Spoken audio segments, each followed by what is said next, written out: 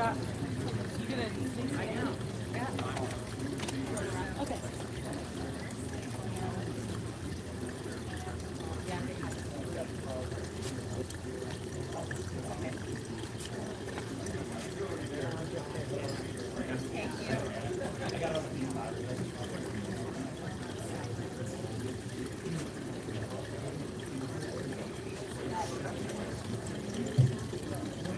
Let's start finding our seats, please.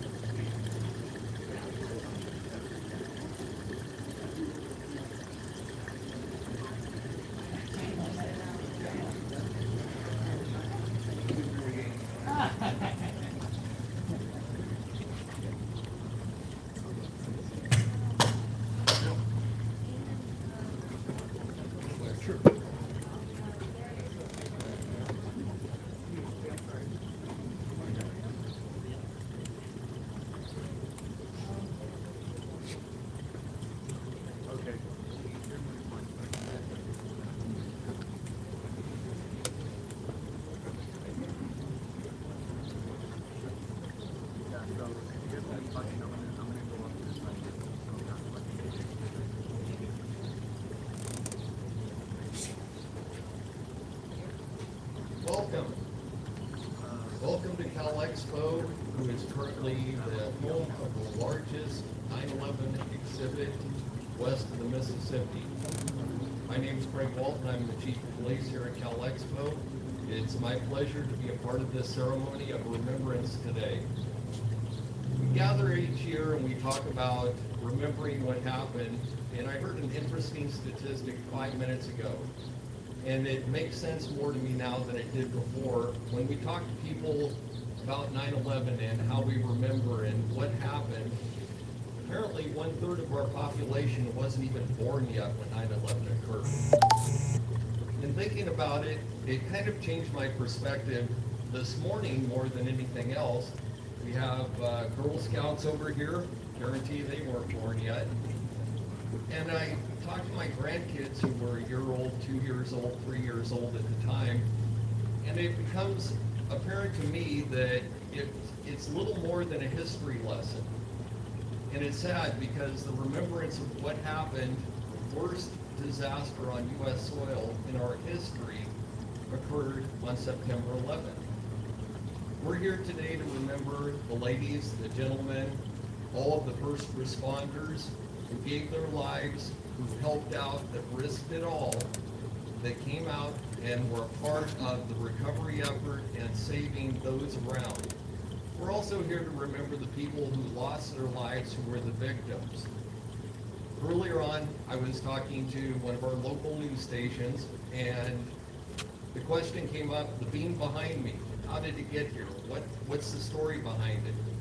And one of the things, I was fortunate that I was working here at Expo at the time.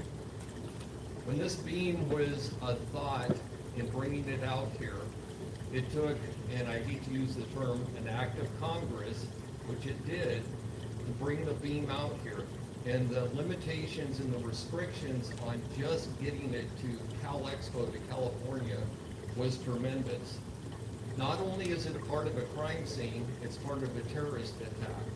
And all of those things played into the fact that from the time it left New York to the time it arrived at Expo, it was actually guarded 24 hours a day by law enforcement. That includes on the trucks, on the trains, from the rail yard to Expo. My part in it was very small. I was here the day it showed up, and I looked at it and I went, that is one big piece of metal. And if you think about the history and what's involved with it, each year I look at it a little differently on 9/11, but I'm fortunate that I can come up here anytime I'd like and reflect that this is not only a part of history, but it was a big part of our lives. It molded our future as a nation. It built us stronger. It built unity. And those are the things that we need not forget moving forward. I welcome everybody today. The ceremony is phenomenal, and I'm proud to be a part of it. Thank you.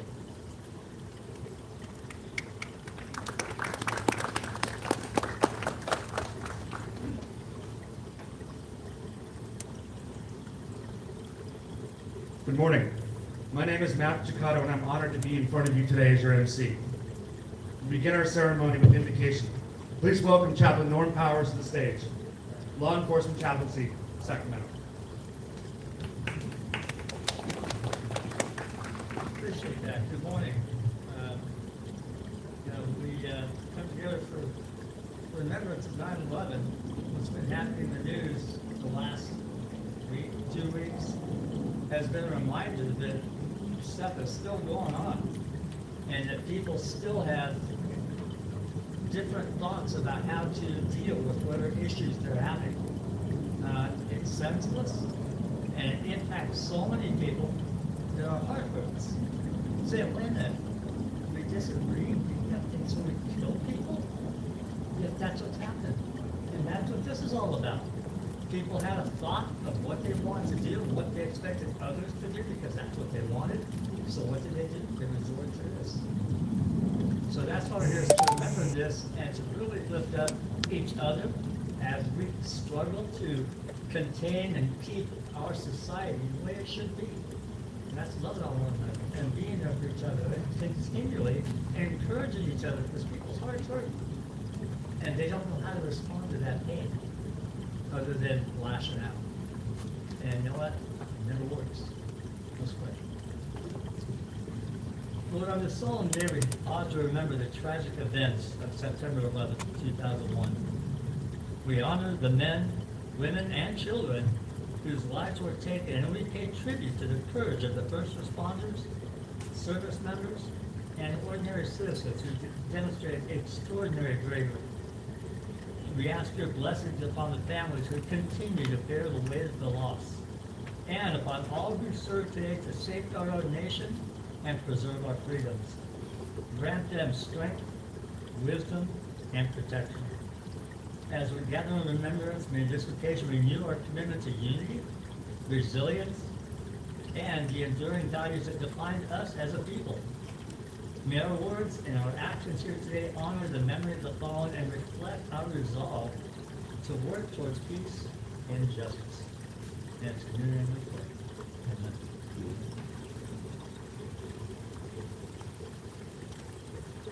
Thank you, Chaplain, for those words. If you can, please rise. We invite to the stage, led by Captain Kanayuki, the Sacramento Police Department Honor Guard, for the presentation of colors.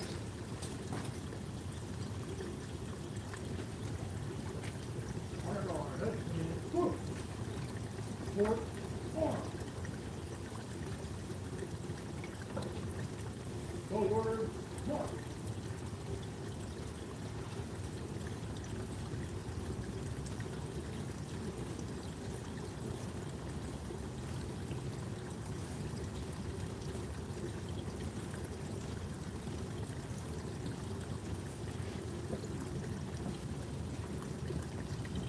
Ready, move. Honor Guard, halt. Hold, halt.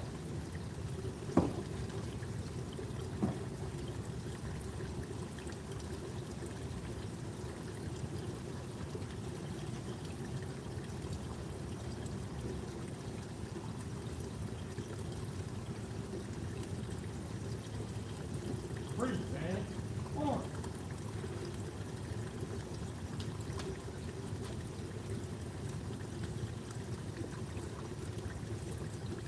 Please welcome to the stage Girl Scout Troop 3096 to lead us in the Pledge of Allegiance.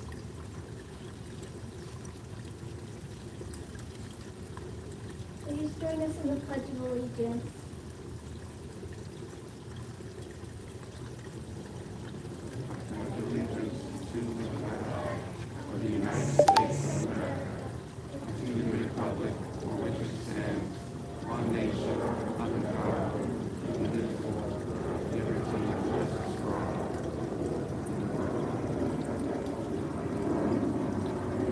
to the stage to sing our national anthem is Juliet Kennedy, Department of California VFW Auxiliary Service.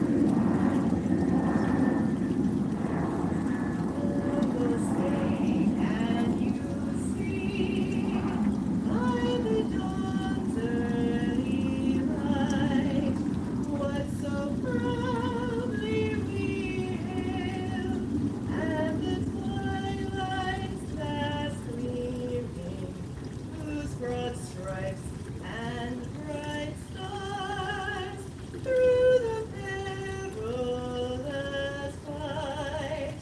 O'er the ramparts we watched, where so gallantly streaming, and the rockets spread clear, the boats bursting in air, came through the night, that our flag was still there. Oh, sailors, that star-spangled banner yet wave o'er the land of the free and the home of the brave.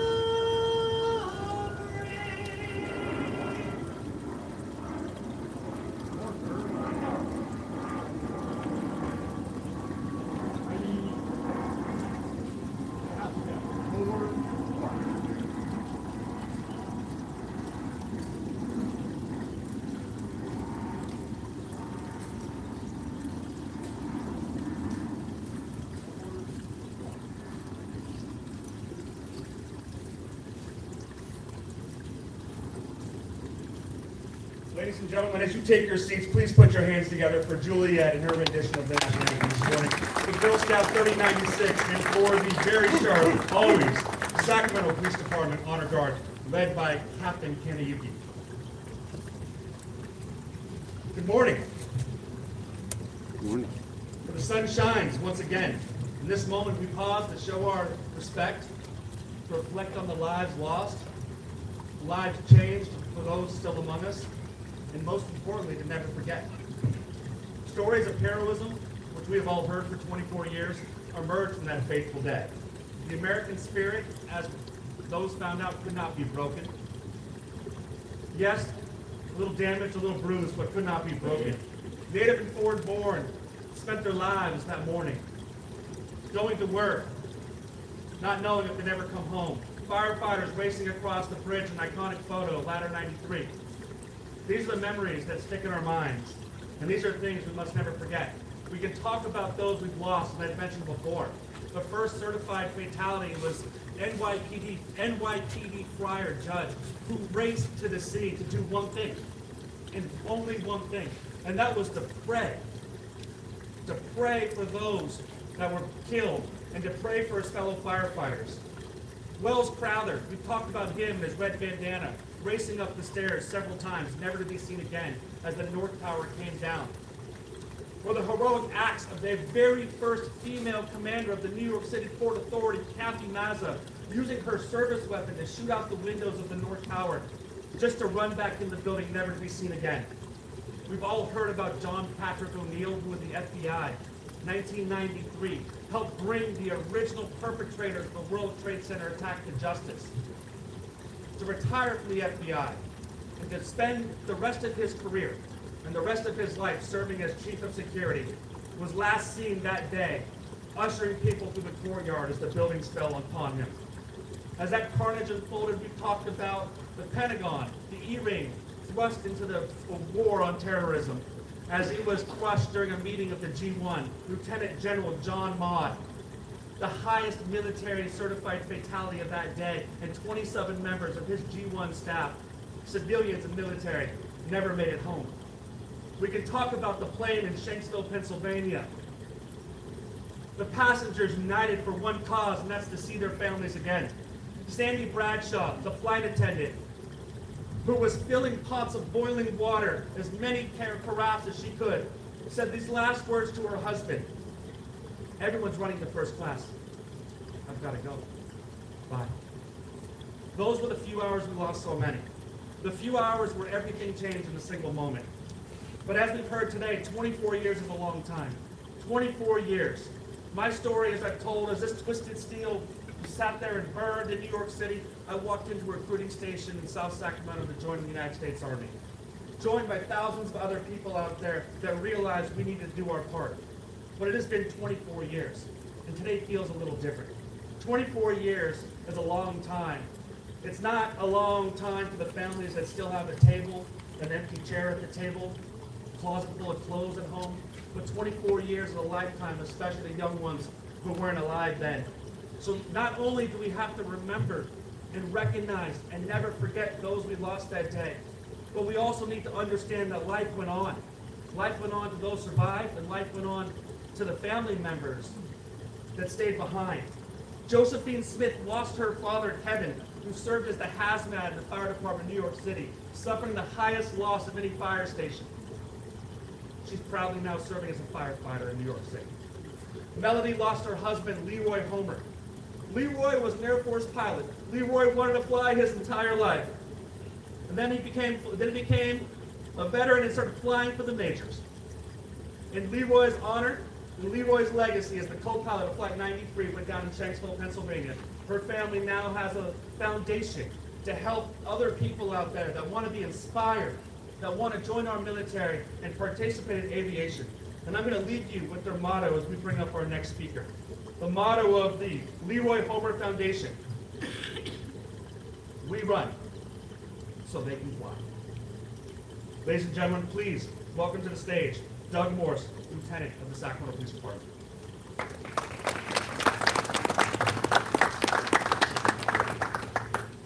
Good morning, everyone. It's an honor to be here with you all. An honor to be here with all our military veterans, law enforcement leaders on this somber day. My name is Doug Morse. I'm the Executive Lieutenant of our Sacramento Police World Command that serves this area. I had the calling back in 2003 to join the police department, and the opportunity to serve out here with the fine men and women at the SACPD and the Sacramento Fire Department. And today we honor them with the honor of law enforcement and military all over our nation. Before that, my story started in the 90s when, started when I got the call to serve our country in the U.S. Coast Guard. Now, I know my other service members in the Marines, Army, Navy, and Air Force might not look at the Coast Guard as an actual military service. I get that joke a lot. I reassure them it is, and that I serve with honor. But today, like many of you, we reflect on what the last 24 years we've gone through. And I'll tell a quick story. Last night, as we were sitting with friends that I had reconnected with in a long time, matter of fact, one of which I hadn't seen since the tragic events of 9/11. The conversation turned to today and today's events, and we started reflecting, and my kids were there and some of their adult kids were there. And we made a pact that we're not going to let the story end there with a tragedy. And as we all leave here today, I encourage you to leave with the story of resilience, because that's what today means. And as we move on and we tell our stories, like many of us are going to hear today, let's share that story of resilience. Thank you.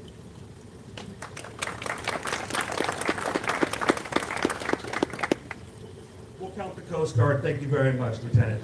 Coast Guard. Keeping the watch. We appreciate it. Next, we're going to bring someone to the stage. She's got a very long title, so we'll bring her up as it goes on. Jenny Callison is the former chief consultant for the California State Military and Veterans Affairs Committee. Most importantly, she served the United States Army as a Patriot missile operator. Welcome, Jenny. Thank you very much. Thank you, Alex and Allison and your team at CalExpo for coordinating this event. Thank you to Phil Rios for your service and for inviting me here today. And also thank you to the first responders who are present, who just like the first responders on 9/11, run towards danger. We appreciate your service. After the attacks on 9/11, a military response seemed necessary and just. There was a terrorist attack on our soil at an unimaginable scale. When President George W. Bush announced a war on terror, I vowed to target terrorists and those who harbored them. I was on board. In May of 2002, I enlisted in the U.S. Army as a 14 Tango Patriot missile launching station operator maintainer. My first duty station was in Suwon, South Korea. I had a crew chief named Lieutenant Wolf, a young woman from Hawaii. As many of the veterans here will tell you, not all officers are created equal. Lieutenant Wolf was a kind and caring officer who cared about soldier morale. She would buy us pizzas, take pictures and burn them onto CDs labeled with Sharpie, and even made us matching shirts.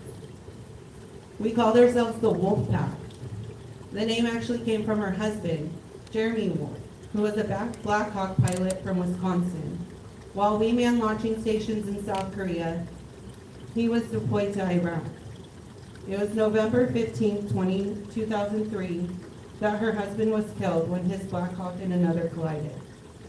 Between 2001 and 2021, the Afghanistan war resulted in the deaths of 2,456 U.S. military members and 3,923 DoD and civilian contractors. In the continued fight against terrorism, 4,492 lives were lost during the Iraq War. These were people with families, friends, neighbors, teammates, coaches, pastors, and co-workers. The loss of their lives created widows and orphans and had a deep ripple effect across our nation. Since 9/11, it is estimated that over 30,000 military personnel and veterans have lost their lives to suicide. That is 4 times the number of those killed in combat. And unfortunately, this problem is not exclusive to the military. Suicide also greatly affects our community of first responders as well as correctional officers. In the book, Tribe on Homecoming and Belonging, Sebastian Younger said, "Today's veterans often come home to find that, although they're willing to die for their country, they're not sure how to live for it." He also wrote something in his book, published in 2018, which is just as relevant today, after yesterday's assassination of Charlie Kirk. The most alarming rhetoric comes out of the dispute between liberals and conservatives, and it's a dangerous waste of time, because they're both right. If you want to make a society work, then you don't keep underscoring the places where you're different, you underscore your shared humanity. The United States of America was founded on a shared truth. God is real, Jesus loves us, and he has good plans for us. Peace is possible, peace with love, not with hate. I'm going to end with Romans 12:9-21. Love must be sincere. Hate what is evil, cling to what is good. Be devoted to one another in love. Honor one another above yourselves. Never be lacking in zeal, but keep your spiritual fervor serving the Lord. Be joyful in hope, patient in affliction, and faithful in prayer. Share with the Lord's people who are in need. Practice hospitality. Bless those who persecute you. Bless and do not curse. Rejoice with those who rejoice. Mourn with those who mourn. Live in harmony with one another. Do not be proud, but be willing to associate with people of low position. Do not be conceited. Do not repay anyone evil for evil. Be careful to do what is right in the eyes of everyone. If it is possible, as far as it depends on you, live at peace with everyone. Do not take revenge, my dear friends, but leave room for God's wrath. For it is written, "It is mine to avenge. I will repay," says the Lord. On the contrary, if your enemy is hungry, feed him. If he is thirsty, give him something to drink. In doing this, you will heap burning coals on his head. Do not be overcome by evil, but overcome evil with good. Thank you very much.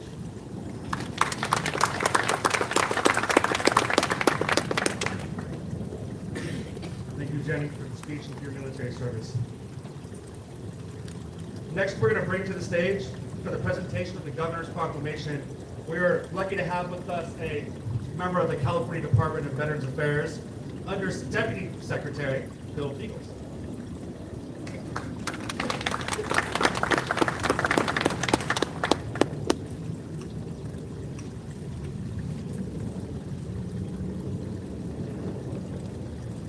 Good morning.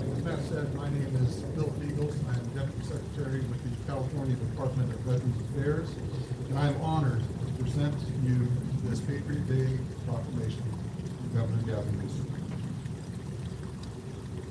On this 11th day of September, 24 years ago, nearly 3,000 innocent men and women and children were taken from their families and from us.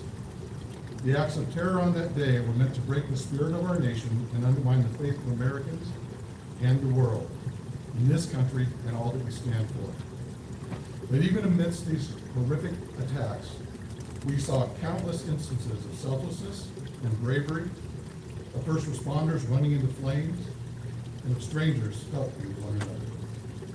On Patriot Day, we remember and honor the lives lost in this tragedy, the heroism of all the courageous first responders and civilians who rushed into harm's way to help others.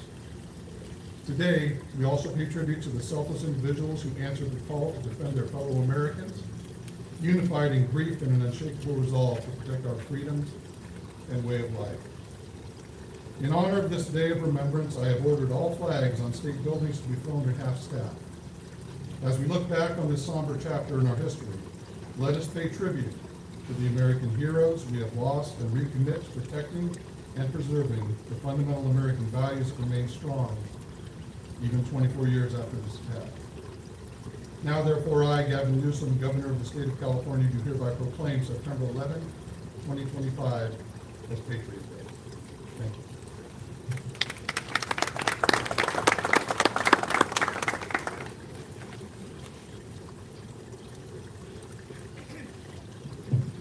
We are lucky here in Sacramento, ladies and gentlemen. We're lucky, we're fortunate that we're able to come together. We're also lucky that we have strong law enforcement here in our community. And we are very lucky that we have the Sacramento County Sheriff's Department. And leader of the Sacramento Sheriff's Department is our Sheriff, Jim Cooper. We'd like to bring him to the stage. We'd like to thank him, as well as every law enforcement person out there, the police department, the sheriff's department, for what they do every single day.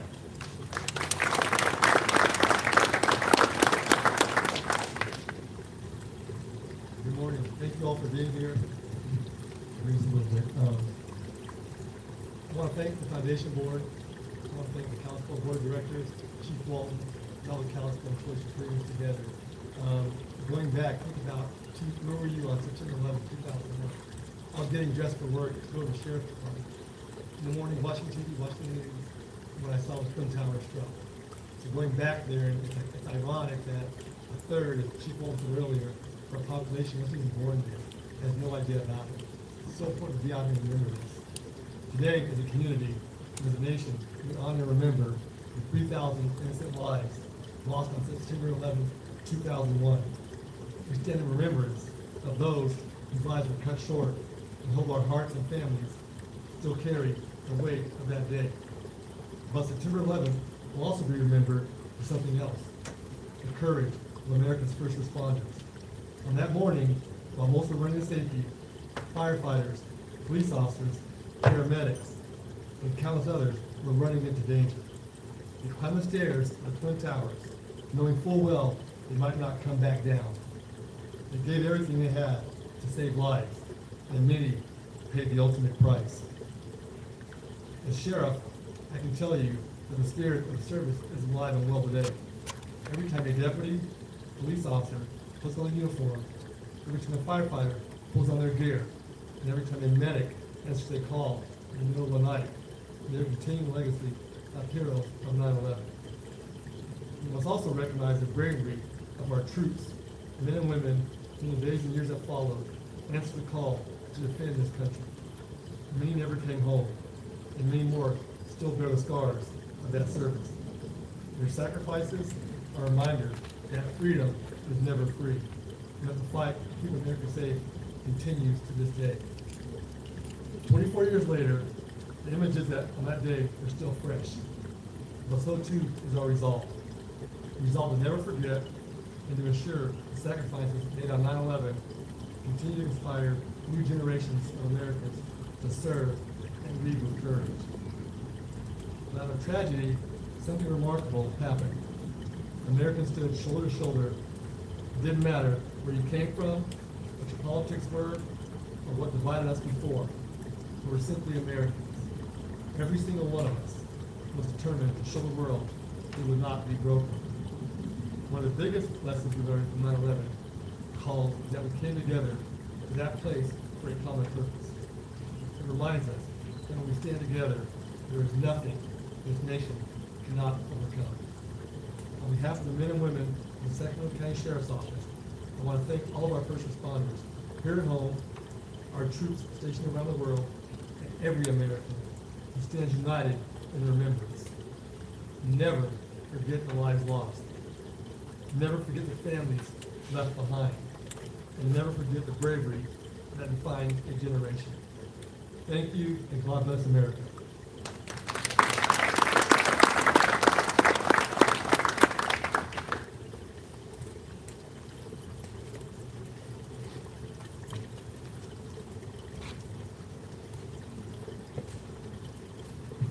Thank you, Sheriff. Powerful words. We'd like to now bring up for the sequence of events, Paulette Spink Rose, member of the VFW 67 Auxiliary, as well as the support of the PVA Paralyzed Veterans of America.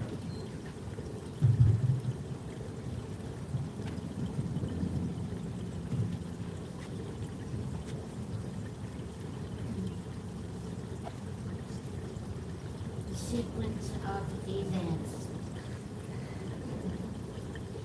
Tuesday morning, September 11th, 2001. 8:46 a.m. American Airlines Flight 11 crashes into floors 93 through 99 of the World Trade Center, North Tower, killing 92 passengers and crew members.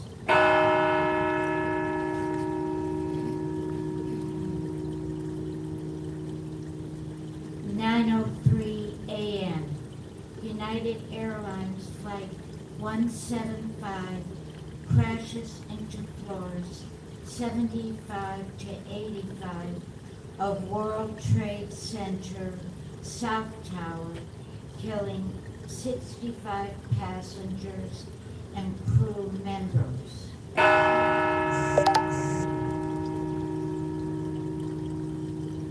9:37 a.m. American Airlines 77 crashes into western facade of the Pentagon, Washington, D.C., killing 64 passengers and crew members, plus 125 inside the Pentagon, and wounding hundreds of military and civilian personnel.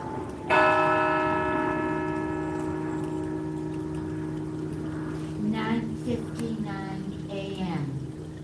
South Tower of World Trade Center collapses, killing approximately 600 citizens. New York City Port Authority, New York City police officers, and New York City firemen.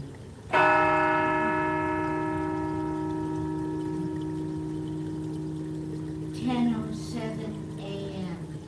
United Airlines Flight 93 impacts into the ground near Shanksville, Somerset County, Pennsylvania, killing 44 passengers and crew members. 10:28 a.m. North Tower of World Trade Center collapses, killing approximately 1,692 citizens.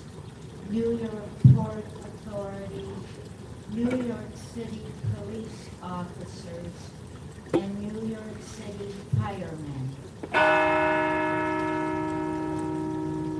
200 citizens chose to jump to escape a horrible fiery again.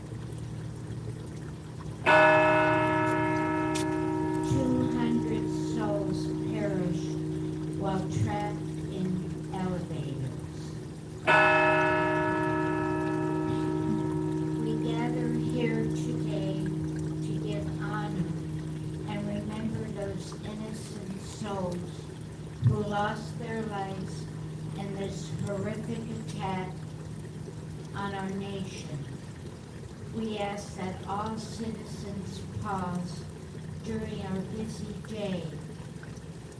Pray for those who still suffer, for our brave men and women in our armed forces serving in harm's way, and also our public safety first responders who run towards danger to save, protect, and serve.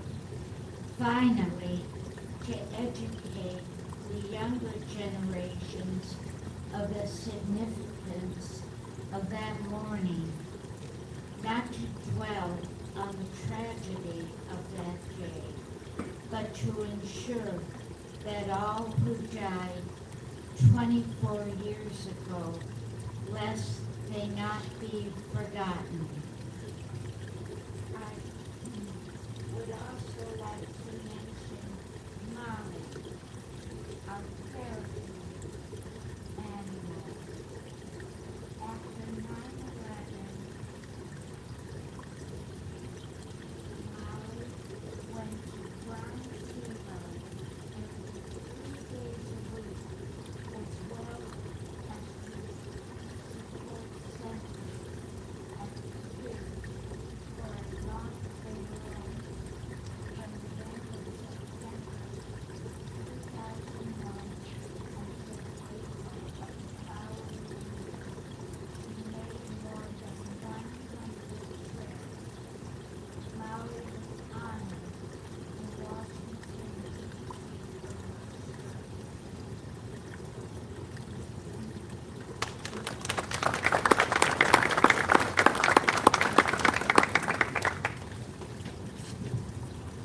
Thank you very much for that. We invite back up to the stage Chief Craig Walton, Sheriff Jim Cooper, Lieutenant Doug Morse, and Jenny Callison for the ceremony.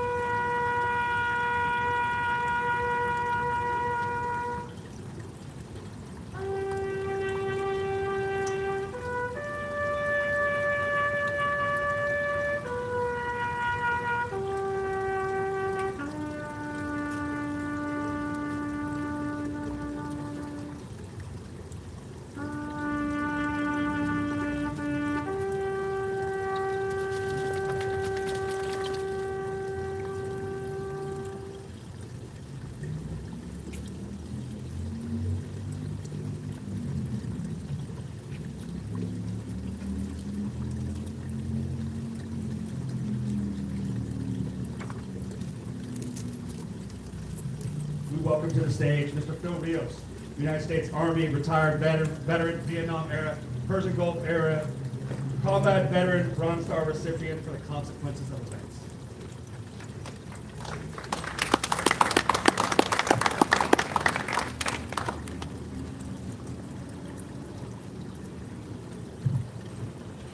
Can you hear me okay? I'd like to start off with thanking a lot of work behind the scenes. Alex Alcatar, Donna Gibbons, all the scenes behind that come this together. This is the 24th year. This is not an easy task to do, to put this together, to keep the memory alive. I want to thank the Cal Expo staff, special events, and Alex and Donna. Thank you very much. My name is Phil Rios. I survived Vietnam. I served Desert Storm, and it's quite an experience. I'd like to see, just raise your hand for those who served stateside, wartime, peacetime, served in the armed forces. Just raise your hand to be recognized. And some of you can't stand up. That's why you raise your hand. And thank you, Matt, for your service, including Gulf. It's a very nasty place, a lot of sand. Assalamu alaikum, alaikum salam, alhamdulillah, masalam. That's the language of Farsi. My translator was a Saudi Arabian sergeant. My comparison, he taught me Farsi, and I taught him how to speak California American. That was the language of the terrorist. And just a reminder, 24 years ago, we hopefully, like my wife mentioned, we want to educate those who were in diapers and who were not even born of what we Americans experienced that morning, that hour, seeing on TV, and the whole week, and the whole year it took to recover from that attack. Myself, I couldn't sleep, so I woke up about 5 a.m. and I turned on TV, and the news was on. There was an impact, and they said it was a Cessna. And I took a look at it. That was no Cessna. It was a big one. And I got my coffee, sit down, and I saw live TV on the right screen the impact of the plane actually hitting the tower. I'll never forget that. And a lot of people have not seen that. And that's why I wanted to just, for your memory, picture says 1,000 words. This is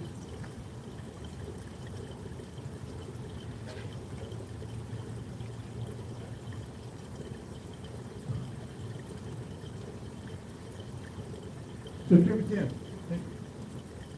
September 10th. For those who never saw the towers live, that's what the towers looked like September 10th, sunset. And the next one is, as you came in, you saw the Statue of Liberty, and there's the towers. They don't exist anymore, but that's just for those who've never seen them, so you get a visual. And the last one is, I saw the towers at night. The city of lights, the city never sleeps. That's the towers at night. It doesn't exist because of what happened that day. So for those who were young and never knew the towers, saw the towers, just take a look. Thank you. And we all know what happened that morning. There's no need to show a photograph. I'm grateful to serve America. I'm grateful to have served our country. And Matt, I stand in your shadow for which you serve. We gather here today as a nation, as a community, as individual citizens to honor and remember those innocent souls of various nationalities, faith, race, or gender who were murdered in that horrific terrorist attack against our great nation, United States of America. This event is not intended to dwell on the tragedies of that morning 24 years ago, but hopefully to provide an opportunity, like my wife said, to educate the younger generations of what happened and what we went through that day, that year. In conclusion, a war that began October 7, 2001 as a result of the terrorist attack on 9/11 ended on August 30th, 2021. Operation Enduring Freedom / Afghanistan, OEF. 2,448 killed in action, 20,754 wounded in action. I'll have to check With the other figures, the speaker mentioned, the update. 18 CIA were killed in action, 822 civilian contractors killed in action. OIF, Operation Iraq Freedom, 6,840 soldiers killed in action, 31,000 wounded in action. And an untold number have committed suicide. There's 2 guys from my platoon have committed suicide, so that struck home when it was mentioned. A pause to offer the Gold Star mothers and fathers who lost a son or daughter in that conflict. All gave some, and some gave all. Let's not forget. God bless America. Thank you.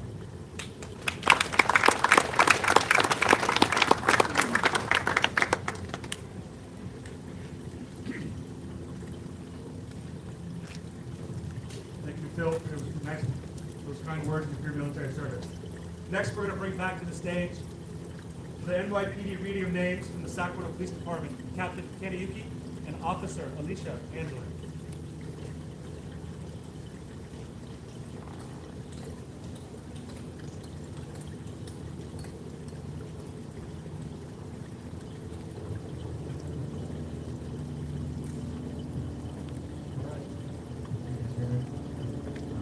Very moment of September 11, 2001, the New York City came under terrorist attack. Almost 3,000 people died.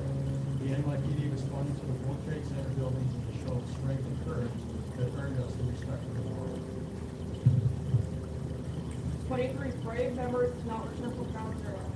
We honor them daily by protecting the American way of life for which they died on that day. They and each of you personify what is best about the city, this country, and our deeds. As we observe this anniversary of the tragic events on 9/11 of 01, take pride in history, we will remember that the New York City Police Department demonstrated the highest principles of service and humanity in our response that day. May events never require us to do so again. We will now call the roll of our members killed in the line of duty on September 11, 2001. Sergeant John Hoffman. Officer Ronald Koffler. Sergeant Michael Curtin. Officer Thomas Langon. Sergeant Rodney Gillis. Officer James Leahy. Sergeant Timothy Roy. Officer Brian Vignotto. Detective Claude Richards. Officer John Perry. Detective Joseph Vigiano. Officer Glenn Petit. Police Officer John Delara. Officer Moira Smith. Police Officer Vincent Vannens. Officer Ramon Suarez. Police Officer Jerome Dominguez. Officer Paul Talty. Police Officer Stephen Driscoll. Officer Santos Valentin Jr. Police Officer Mark Ellis.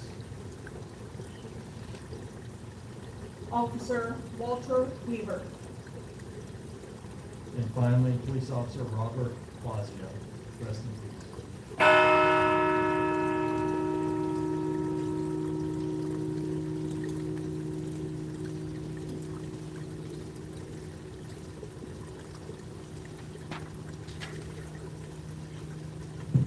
We invite back up to the podium for a rendition of Amazing Grace, Miss Juliet Kennedy.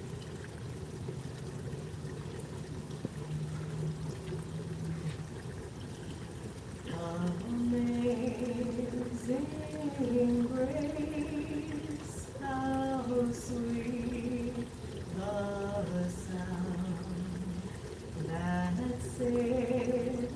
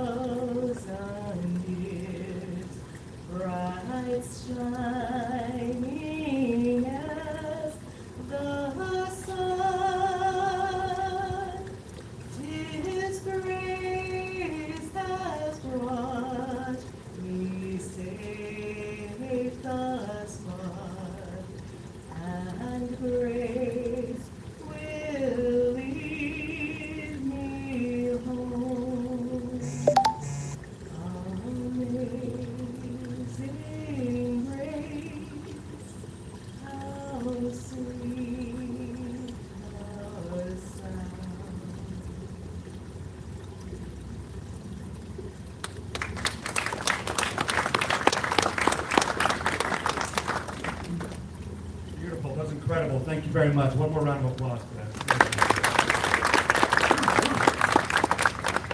As the sound of that song echoes throughout the grounds here, we stop for a second. We stop to thank our first responders. The ones that are with us today wearing uniforms, the ones that are retired, and the ones that will go in the footsteps. We stop to thank our military veterans. Whether you served as a corpsman in the Navy, whether you served in the Army, the Air Force, Coast Guard, Space Force, the Marine Corps, we spend a moment to say thank you for what you're doing and what you have done and for who you are, for being the type of people we want to be.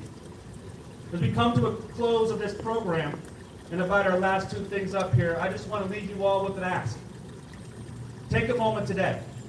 Take a moment to think, how can you live your life just as the folks on 9/11 lived theirs? How can you spend a moment of your day, not just today, but every day, to live in the ideals that unite all of us?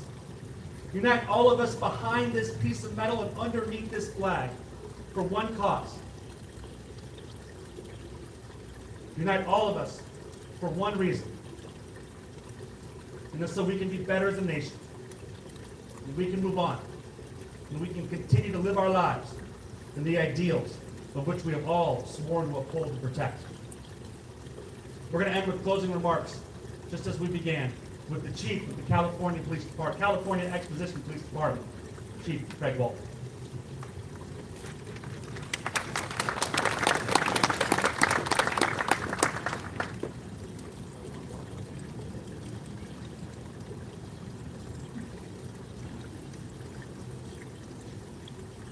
Yesterday we came out and my staff and I are looking at the ground, seeing what a great job that our employees do to clean it up, update it.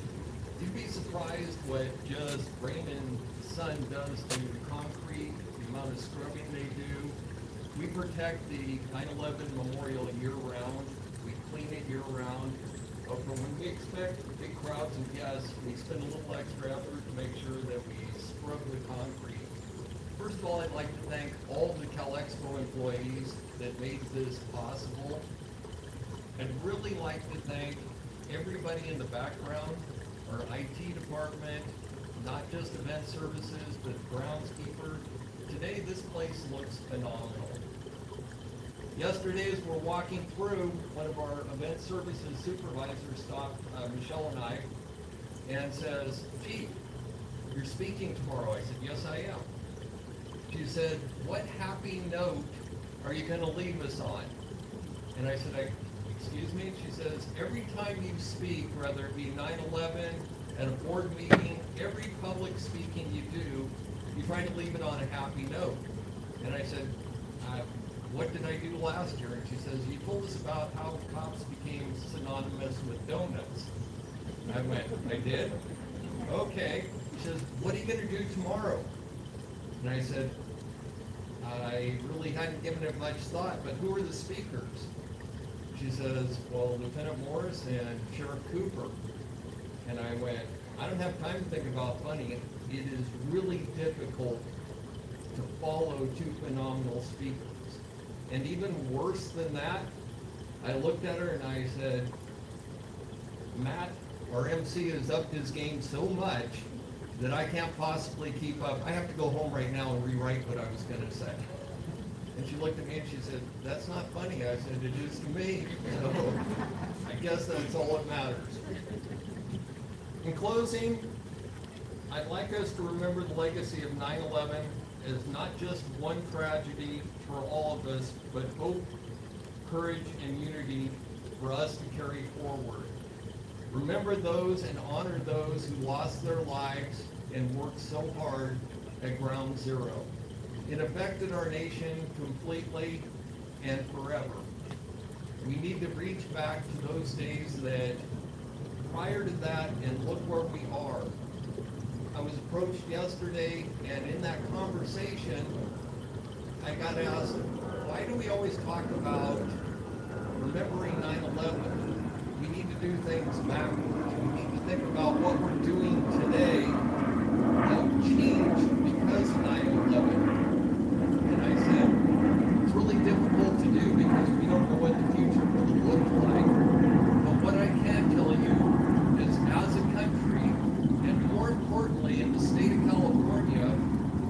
our law enforcement, our fire, our first responders are leaders in the nation. So one of the things that I take from that is that we're better at doing our jobs than just about everybody else, from wildland fires to civil unrest and keeping the bad guys at bay. She asked me, what has changed in the last year from previous? What have you done? What have you changed? That was supposed to be part of my happy, let's walk away type of statement. I said, you know what I'm most proud of? And I have to tell you what I'm most proud of. Two things. One is finally, my legacy is my grandson has gone into law enforcement, and he works for Sheriff Cooper at the Sheriff's Department. That's, to me, carried on the legacy in my family is phenomenal. I'm very proud of this profession and the people we bring in and how well we train them in the state of California. The second thing I'm very proud of, so each one of these stripes on my arm is 5 years. Between last year and this year, I get to add one, which puts me up to about 40 years of doing this. And I'm proud of everything that we've done and everything we've achieved, not just at Cal Expo, but in the state of California. And in the county and city of Sacramento are the leaders in this nation in law enforcement moving forward. I'd like to thank everybody today for coming out. I'm very proud of Cal Expo and how they present this. I'm very happy that you're out here and helping us remember the people who lost their lives and those who went there and gave their lives and came, and the ones that came back and their lives were changed forever.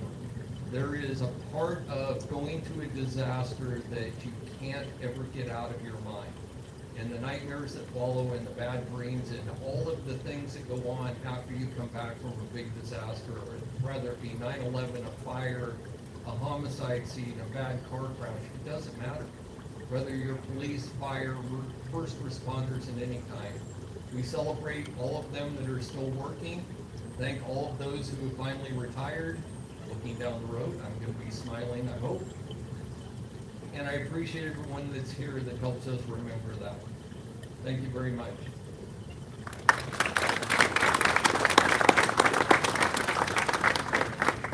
Thank you, Chief. Congratulations on that stripe.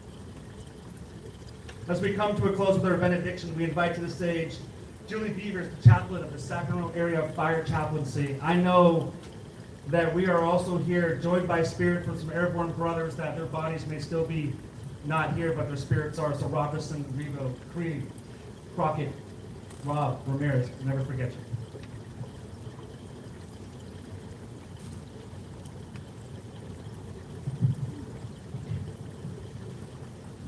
I will unapologetically probably cry today. I never apologize for crying, so welcome and join me. My name is Julie Beavers, and I am fire chaplain with Sacramento Area Fire Chaplaincy. But my greatest privilege in my life is being the wife to my husband, who has served as a Sacramento City firefighter for more than 25 years. We all can feel what a somber week this has been with the recent tragedies taking place in our country. As this is a day of remembrance, I'll go back 24 years ago. My morning started out like any other morning for our young family and busy household. Our children were just 2, 4, and 6 years old. My husband kissed us goodbye and left to work at Sacramento Fire Station 5, where he'd be working a 24-hour shift, serving the community in the heart of downtown Sacramento. Within minutes of leaving for work, my husband called. I remember his tone and his rushed words, which is uncommon for him. As he said, there's something going on, I don't know what. Turn on the news, I'm sitting in traffic. I just turn on the radio and the DJs just keep saying over and over, oh my God, oh my God. But they aren't saying what's going on. So I walked over and turned on the TV and began to describe to my husband what I was seeing. I was frozen in place, watching, and both of us in complete disbelief. It was still uncertain at this time what exactly was going on, but we both understood, this is big, big. He arrived at the fire station and told me he'd call when he could. I remember feeling strange and isolated, walking my kids to school, but at that point just being in a fog and not knowing what else to do, trying to keep a sense of normalcy for my little ones, while the TV images haunted my every thought. The school was more than half empty. I think only 6 kids in my daughter's second grade class of 20-something. I decided not to leave my children there that day. I returned home and I locked my doors. My husband ended up not coming home for days. Our state capitol building was considered a target and our firefighters were on high alert. My husband and his crew were assigned to stay there and protect the capitol and the community. They filled positions of our search and rescue team members that left that day to serve in New York City. I still cannot believe how clear the memories remain. My heart still hurts when I remember my firefighter calling that morning. Never ever will we forget. I'm just going to share, tucked in my heart is a story I heard years ago about an indigenous village. In this village, on the night that someone dies, everyone in the village moves something in their yard. A piece of furniture, a potted plant, a yard statue, something noticeable. And the next day when the bereaved family wakes up and looks outside, they see that everything has changed. Not just for them, but for everyone.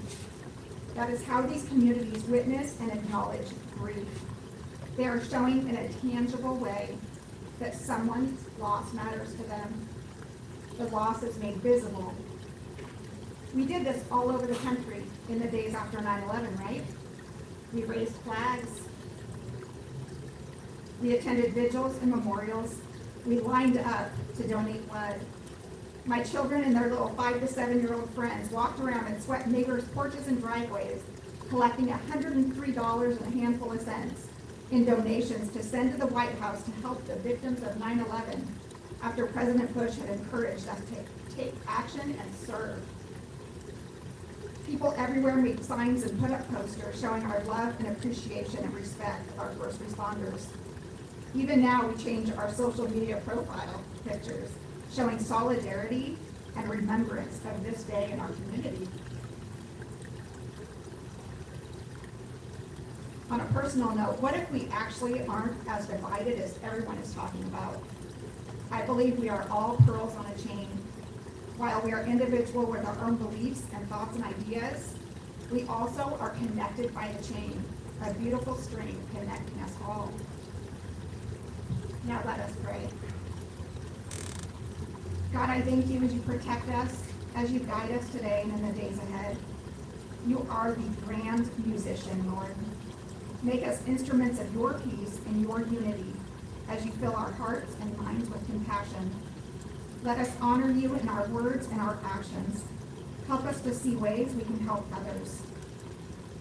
My continued prayer over all of us today is go out now with hearts and hands and minds renewed. May the Lord bless you and keep you. May his face shine upon you and be gracious to you. May he turn his face toward you and give you peace. Amen.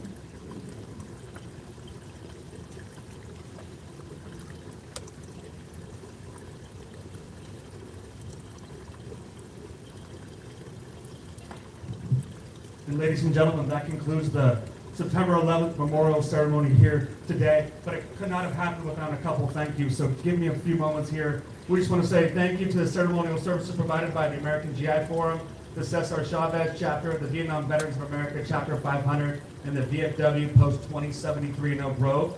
We thank the California State Floral Association, Ambiance Floral Design for the wreath, the California State Fair Foundation, the Friends of the California State Fair. We thank you all. We thank Alex and his team for this today.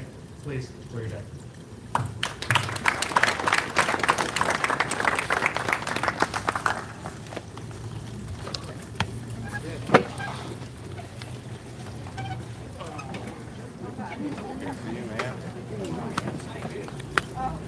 Service too, and help both of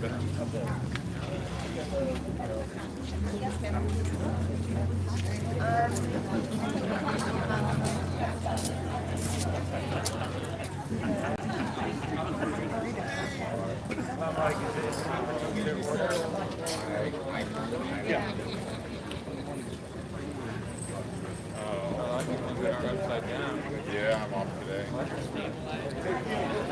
Finished at 9:00. No,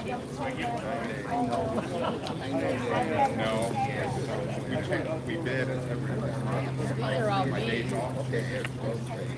It's Sunday, Monday, and now I got Thursday, Friday. So I didn't get my day off Sunday, Monday because our bid changed on Sunday to the new bid.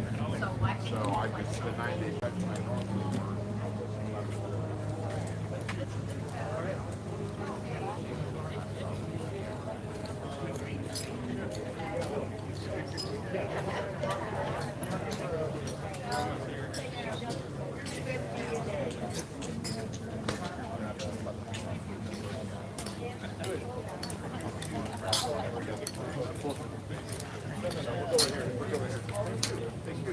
We're gonna take a bunch.